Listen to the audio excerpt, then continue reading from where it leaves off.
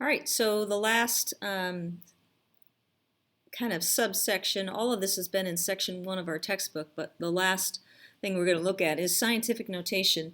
And the reason that this goes so well with this is that scientific notation involves positive and negative exponents, like what we've just worked with. And so we see the application here with our scientific notation. And you may have used this before in science or in math or maybe both. But scientific notation is when I put a number in the form of C, that's a value, times 10 to some power. This should be a power of n, where 1 is less than or equal to C is less than 10. So this value that you have up front in scientific notation has to be between 1 and 10. Now it can equal 1, it's less than or equal to, but it has to be less than 10. It can't equal 10. So you're going to do two things. You're going to take a number that's in standard form like these, and you're going to rewrite it so that it's in scientific notation. And then you're going to take numbers that are already in scientific notation and you're going to rewrite them in standard form. So you're going to want to go back and forth. Now the whole reason we have scientific notation is to deal with numbers that are really, really large or really, really small. Okay, and that's why you see that in science a lot. So for example, this is 42,590,000. Instead of trying to punch that in a calculator, I can put it into scientific notation. So I want to change the number so that the leading number so that it's between 1 and 10. So the decimal points out here, I need to move that decimal point to create a number between 1 and 10. So I move it so that it's 4.259. And then it's always times 10 to some power. That power is how many spots you moved the decimal to create this 4.259. So I count it 1, 2, 3, 4, 5, 6, 7 spots. So it's going to be 4.259 times 10 to the 7th. And 7 is a positive exponent in this case because if the decimal point's here, if I'm going to move it a positive 7, it's going to go out to the right. Positive is to the right on the number line. So that decimal would be moving 7 spaces to the right to create that large number. Okay, in example 2, this time the decimal point's here. If I slide that decimal point, it's going to become 5.74. Remember, this value has to be between 1 and 10. Times 10. How many places did I move it? 1, 2, 3, 4, 5. I moved it 5 places, but this time I'm going to make it a negative exponent because where the decimal point's at, if I want to go back to standard form, I would have to move the decimal left. Left on the number line is negative. Okay, this value, I can't have a value that's bigger than 10, so I have to write this as 8.24 times 10. How many places would I move the decimal to get back to the standard form? I just move it 1 spot to the right, so it's a positive 1. Okay, this number would be 4.5 times 10. This time I would move the decimal 3 places, but I'd have to make this negative because I want to move the decimal 3 places left to get this decimal. One way I look at it is when I have very large numbers, they have positive exponents. So these are greater numbers than 1, so they're going to have positive powers. These values are less than 1, they're decimals, and that's why they have negative powers. That's one way that I think about it. So lastly here, I would say 1.06525. We include all the digits. We don't round anything. This would be times 10. I went 1, 2, 3, 4, 5, 6. This would be positive 6. This would be 3.7 times 10 to the negative second. I'd have to move the decimal 2 places to the left to get that decimal. Okay, that's putting a number. This is standard form. You just wrote it in scientific notation. You'll also have to go the opposite. You'll get a number that's already in scientific notation like these, and you're going to convert them to standard form. So here's my decimal point. It says move it positive 6. So positive 6 is to the right 6 places. You're going to go 1, 2, 3, 4. Got to add 2 zeros.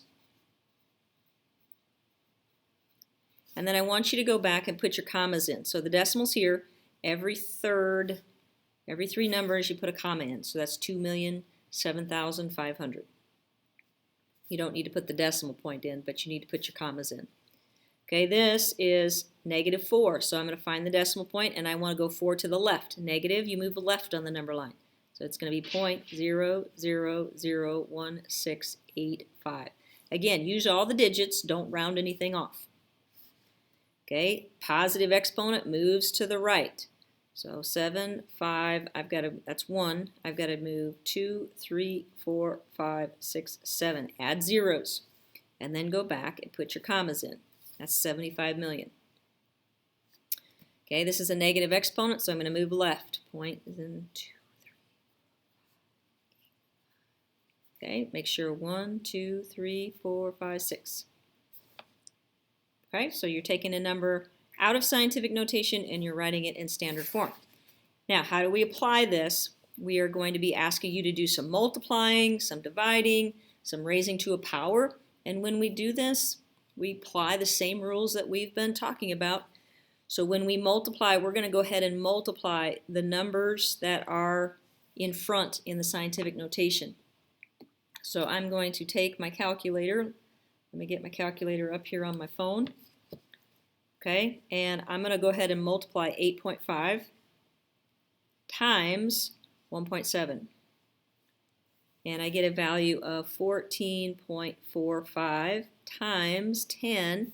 When you multiply the exponents on the 10, what was the rule for multiplying? It was to add powers. So I'm going to add the powers and get 10 to the 8th. Now, would you leave your answer like that? Hopefully you recognized you can't leave your answer this way, because when you've got this product of 8.5 times 1.7, this value is not in between 1 and 10. So we're going to have to adjust the decimal point. Right now this says I'm to move my decimal point 8 places to the right. So it's going that way. So if I adjust my decimal point so that that leading number is now between 1 and 10, how many places would I move the decimal now? I backed it up 1, so I now create, it's got to be 10 to the 9th. I got to add 1 to the exponent. Keep that in mind. Okay, here you're taking an expression and you're raising it to a power. So it's a power of a product, so we're going to take 1.5 and square it. And we're going to take 10 to the -3rd, and we got to square it. So again, you're going to use your calculator, and you're going to do 1.5 times 1.5, and that's 2.25 times 10. We apply our rule for powers. Power raised to a power be -6. Okay, in this case, you can leave your negative exponent. All right, I know on the previous worksheets we never left a negative power, but we can do that in scientific notation. Okay, this value 2.25, that's between 1 and 10, so our answer is fine the way it is. Okay, and the last one, when it's division, we go ahead and these we're going to divide. Okay, I can take 1.2 and I can divide it by 1.6, and I get 0.75 times 10. With my exponents, since I'm dividing, the rule for exponents is to subtract. So you're going to take 4 and subtract -3. That's leave, change, change. So this is going to become 10 to the 7th. Okay, would you leave your answer like that? Hopefully you said no, because this value is too small. It's not between 1 and 10. So I'm going to have to, right now, to move it to the 7 spots to the right, I'd be going 7 spots this way to the right, because it's positive. So if I change that so it's 7.5 times 10, I'm 1 spot closer to where I need to be. So it's going to be 10 to the 6th. When you adjust that decimal, you're going to have to adjust your exponent. Sometimes you add to it, sometimes you subtract to it. You got to kind of think that one through. All right, so you've got a worksheet that deals with scientific notation that you can find and work on.